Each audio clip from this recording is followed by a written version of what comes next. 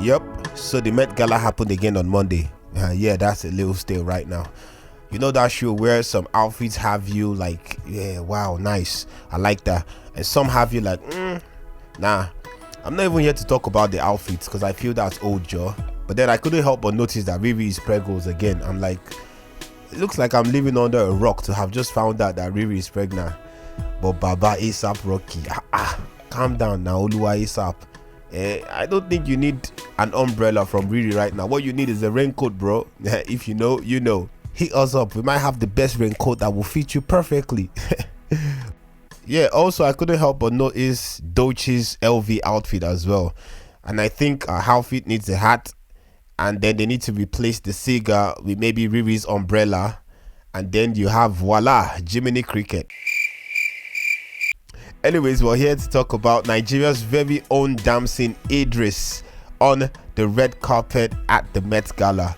The UK-born Nigerian actor Damson Idris celebrates the red carpet debut of his new luxury jewelry brand called Didris. And his new venture is what we are featuring on today's Ripe. Yes, y'all. We are back at it again. It's the Mango Drop. And today's episode, we are featuring Damson Idris's new luxury jewelry brand called Didris on the segment called Ripe. The actor, who has a new movie coming out soon titled F1, co-starring Brad Pitt, told thepeople.com, and I quote, "I'm at a point in my life where everything I do, I'm thinking about legacy and thinking about family. And this brand Didris is a homage to my mother and really picking up where she left off with her dream and passion, which she sacrificed to raise all of us." So his mom used to buy gold from Nigeria to sell across Europe while reinvesting the profits into real estate. This was even before she moved to the UK before Idris was born. On the carpet, the actor walked in custom white Tommy Hilfiger racing suit with a fully studded black helmet carrying the famous Tommy Hilfiger red and white stripes, which was then turned by two assistants to reveal Damson Idris's custom red Tommy Hilfiger tuxedo with a custom Didris brooch. He added a pendant necklace by Didris, which is hand-woven in yellow and rose gold and featuring a mesmerizing green tourmaline. One of my favorite actors, Lakeith Stanfield, also rocks Didris at the Met Gala.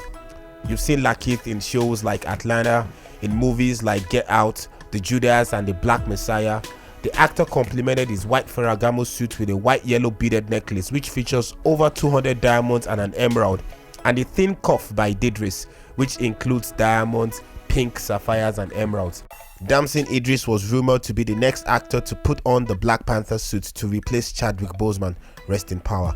I think he would definitely be a fine replacement, but this is very unlikely since the MCU already established T'Challa's death and introduced the son, which might carry on the mantle. Perhaps this will be in a different timeline or universe. You know, the MCU is always full of surprises. So congratulations to Damson Idris and his luxury jewelry brand Didris, and which is why we have you on today's segment of Ripe. We at the Mango Drop wish you the very best and we hope that Didris becomes a global brand. So next up, here's another sweet slice for you. Speaking on Marvel, finally this has to be Marvel Cinematic Universe's biggest twist ever, as I never was expecting it, and I think it's one of the most exciting news lately for Marvel Cinematic Universe. If you are a big movie buff like I am, and if you are a big MCU fan like I am, you would appreciate this news that I'm about to drop on your lap. Their new movie, Thunderbolts, turns out to be also titled The New Avengers. So apparently all this while, the movie had an asterisk right in front of the title. Like, I was seeing this title like in all the trailers, and never for the life of me did it occur that there was something about the asterisk.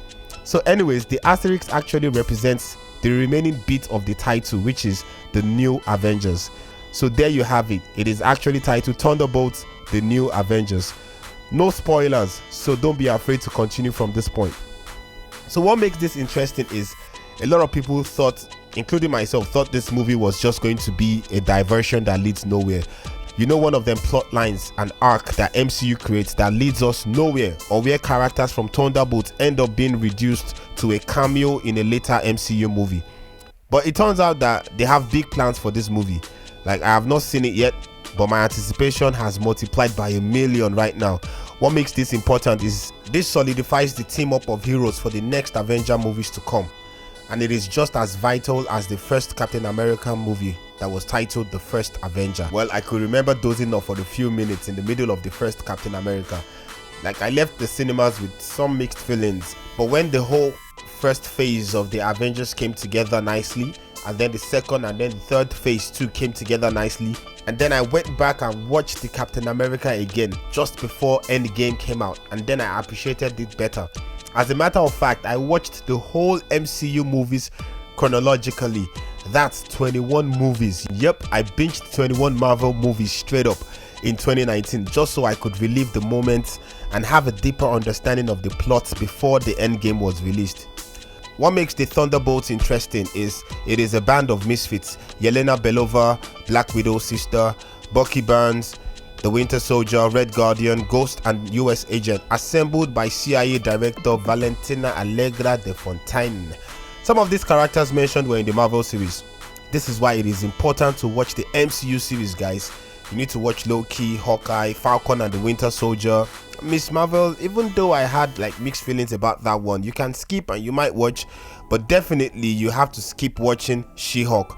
That one was blah. Yeah, so don't watch She-Hulk. But you should see this series if you care about having better understanding of the MCU right now. Thunderbolts goes from misfits to Marvel's newest heroes. Some people think revealing the new title ruined the plot points for the movie, but we can agree to disagree. You know, MCU is desperate right now. They brought back Robert Downey Jr. to play Doom. That is a sign of desperation. What would you have them do when the cinema goers since the Phase 4 started has dwindled? They do not have the luxury or the patience of having word of mouth do the marketing for them on Thunderbolts being the new Avengers. That hold they once had on fans is shaky right now. I think the Phase 4 movies are not as bad as people think they are, with a few exceptions though.